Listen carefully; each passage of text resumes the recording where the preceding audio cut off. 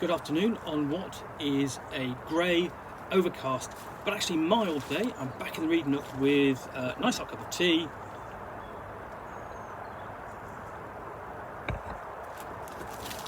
And some unboxes to go through. And of course, a cat who is not ours on my lap, who has decided he will settle down. So the next thing I'm going to dig into is a parcel I have already opened, and the next book I'm going to pull out is this, which is the Dotar Sojat Era Supplemental Rulebook for Edgar Burrough's John Carter of Mars role-playing game published by Modiphius Entertainment. Now I've already looked at several of these books. They're written for the 2D20 system, and this is the lightest iterations of the 2D20 system. Perhaps the most complex it would be something like Mutant Chronicles. But between them, there's Star Trek and Dune, and the more recent Acton Cthulhu, but this is definitely the lightest. So, John Carter of Mars is role-playing game based upon the novels by the earlier 20th century author Edgar Burrough, also very well known for creating Tarzan as well. So what have we got? Adventures on Barsoom in the Dotar Sojat Era. I opened my eyes upon a savage and weird landscape. I knew I was on Mars. Not once did I question either my sanity or my wakefulness. I was not asleep. No need for pinching here. My inner consciousness told me as plainly I was upon Mars as your conscious mind tells you that you're upon Earth.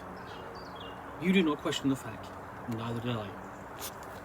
So, Edgar Burrough's Carter of Mars Dotar Sojat Era Supplement provides you with an in-depth look at the Dotar Sojat era of play for John Carter of Mars, Adventures on the Dying World of Barsoom role-playing game.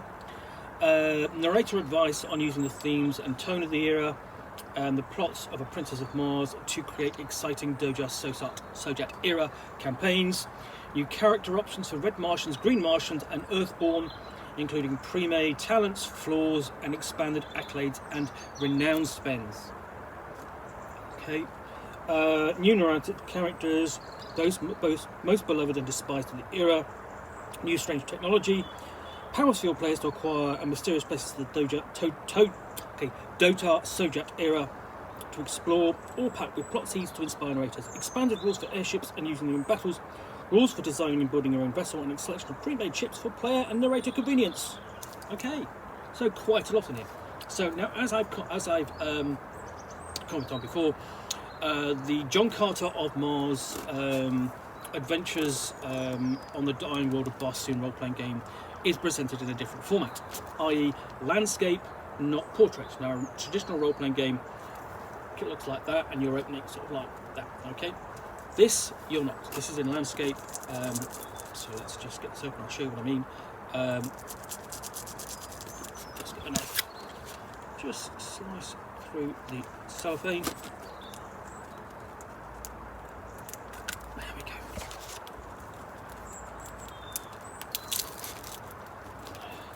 Even that doesn't want to come off.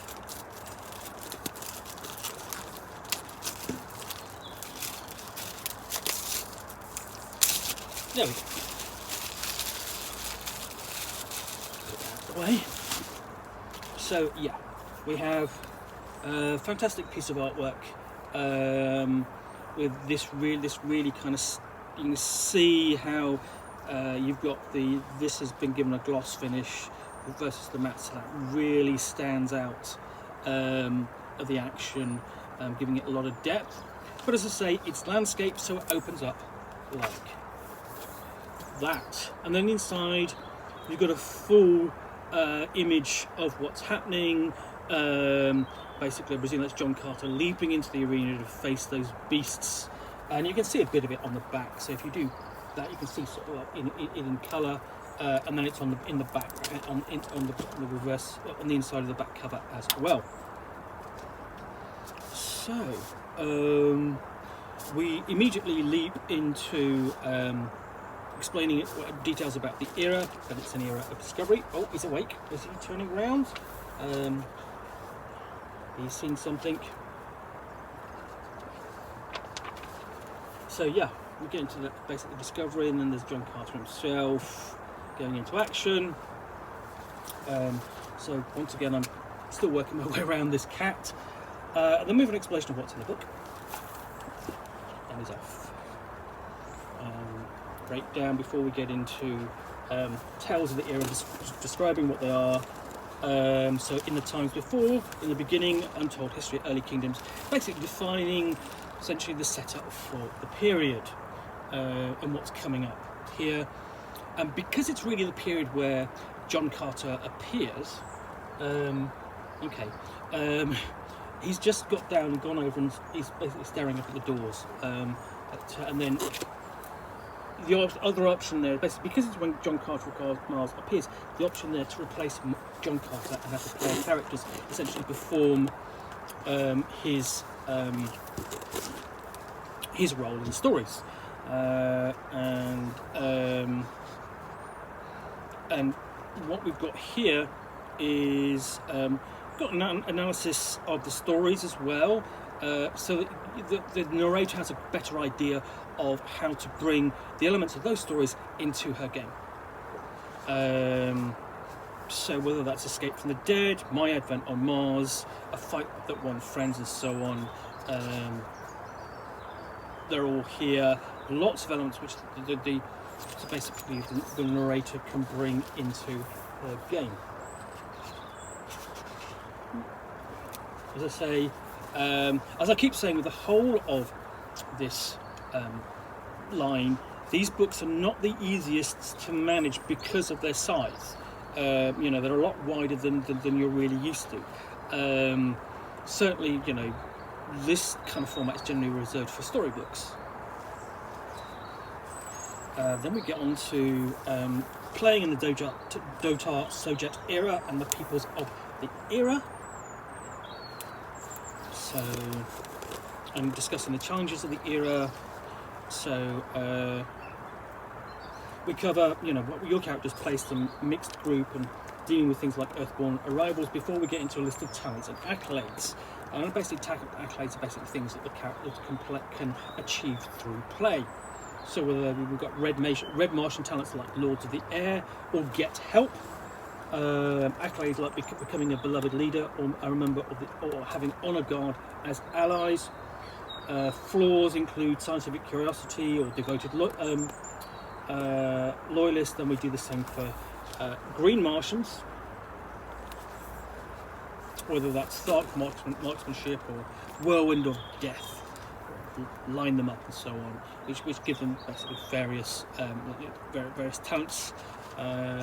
We do the same essentially for accolades, and we have Earthborn ones as well, whether that's Earthborn Insight or a definite contender. So Earthborn Insight essentially, while Barsoom is glorious and full of wonders, sometimes good old Earth know-how wins out. Or definite contender, essentially you're skilled in earthly hand-to-hand fighting. And then we've got flaws like I don't know my own strength or homesick. So other talents included here, big list, with things like airship marine or survive the wild.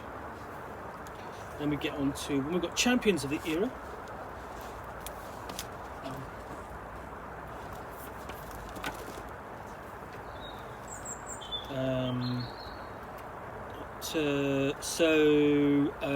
The thing is, most of the characters themselves are detailed in the core John Carter of Mars role-playing game. So these are lesser characters like Tower Halgus, but I mean, still important enough to get a 2-page spread. And it's going to do the same for essentially a lot of the lesser characters of the period, because essentially this is most likely to be the period when the player characters arrive and their characters start adventuring on Mars.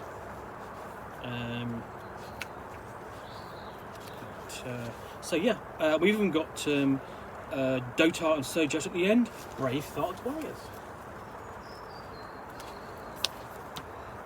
So their inclusion is quite nice. I like that. And then we've got updates to existing characters, so whether that's Deja Thoris or John Carter and everyone else. Mysteries of Barsoom. We've got even a nice section of optional aging, optional rule, aging before we get on. Basically, a nice little insert. I like the different change of colour just to make it stand out. That really does effective. And then Mysteries of Barsoom is dealing with the secrets, whether that's strange technology, new powers, mysterious places, and so on. So we have new equipment like Face Crystal or Zodangan Stun Ray or Heart Burrough. Lots of things in there for, that the narrator can bring into play. So yeah, these are all going. Essentially, this is all interesting things that I will look at next year now.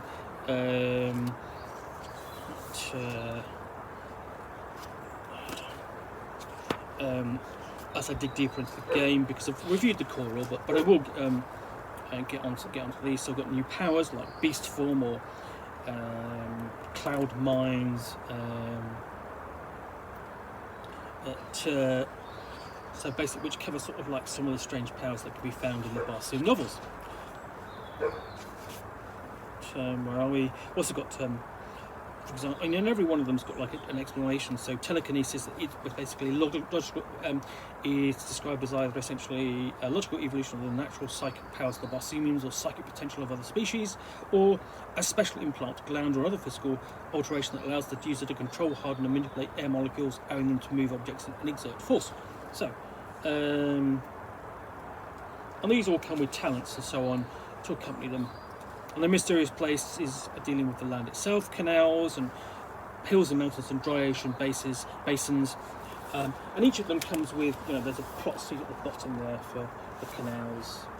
Because obviously you can't have Mars without canals and dry oceans, because, it's classic. And I mean, even really, and the thing is to bear in mind, of course, that the John Carter of Mars stories, Princess of Mars is really where they start.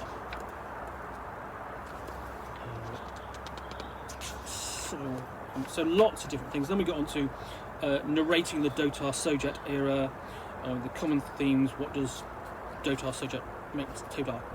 Dotar Sojat. This is a really pain to really pronounce regularly.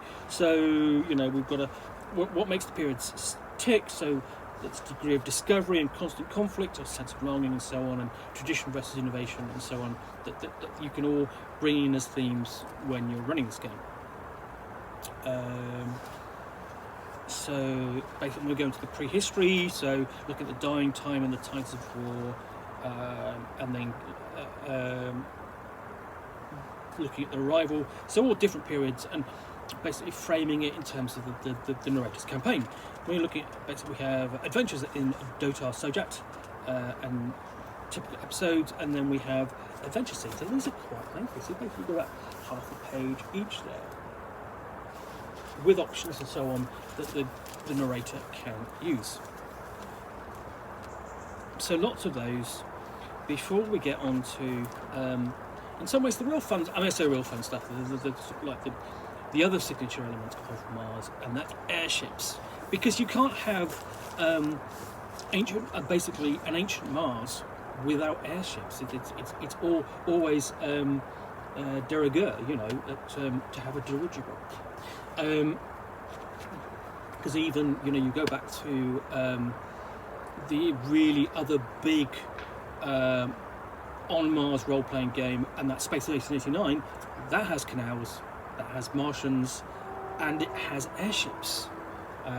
Also has a lot of other things in basically imperialism and colonialism as well, and not always themes that people want to really role play with today. But it's an interesting setting of itself, and there are lots of good adventures for it, and it's fun. Okay, so we've got basically description of airship operations and airship armament, and it describes essentially how a ship is built or made up of, and then it's ship tests and so on, such as command and gunnery or navigation tests, and how you play them in, bring them into play, and then option rules for pilots, navigators, captains, and so on. Essentially individual positions, just as if you were running a Starship combat game.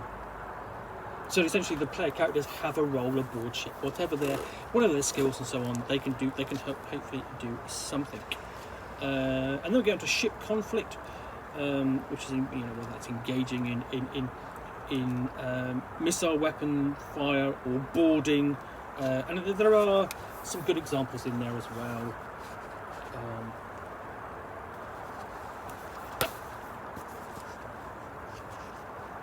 Okay, ship weapons, ship hazards, like malfunctions and so on,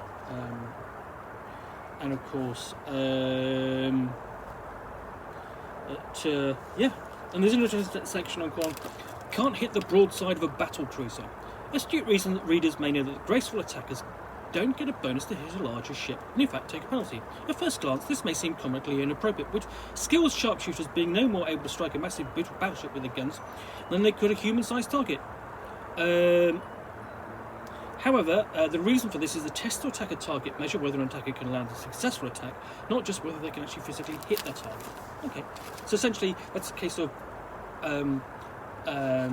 targeting rather than hitting. And then we get on to ship design, ship names and concepts, and designing. Oh, I think I'm about to get another visitor. He's back. Is he going to settle down? I think so. Hello, yes. Sorry, this is taking longer than I anticipated. So yeah, lots is basically, so there's complete rules for building ships in here, so that what you can do is the GM, the narrator, can create some for further campaigns, or you can actually, if you wanted to, take these rules and run campaigns of ship-to-ship combat, bear-ship combat, and then basically combine these perhaps with the wargaming rules in the Prince of Helium era.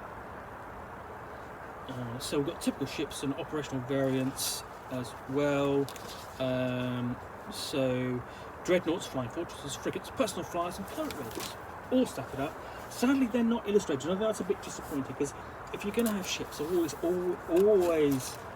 good to see illustrations of what you're actually flying or piloting. And then we actually we go one better, and we have spaceships and space combat.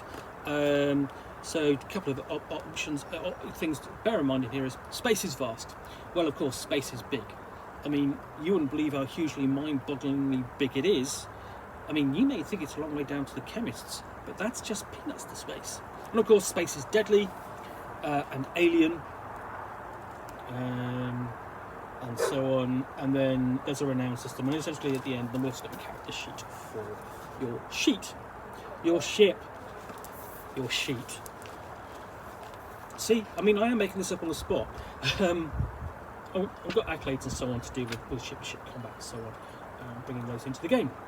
So lots of things in there to bring your game, bring into your John Carter of Mars game.